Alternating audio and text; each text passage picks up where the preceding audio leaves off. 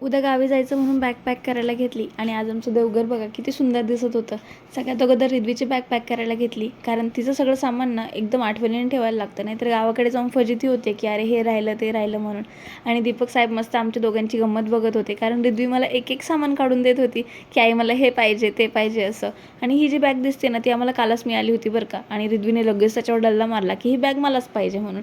त्यानंतर दीपकची पॅकिंग करायला घेतली आणि त्यांची बॅग छोटी आणि सामान खूप जास्त असं झालं, कारण रोजचे नवीन कपडे आता त्या बॅगवर फक्त मी बसायचेच बाकी राहिले होते. अखेर माझी पॅकिंग संपली आणि म्हटलं चला आता सगळ्या बॅग्स खाली नेऊन ठेवू कारमध्ये.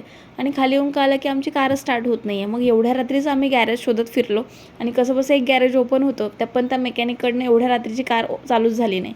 मग घरी आलो आणि खूप लेट झालेलं.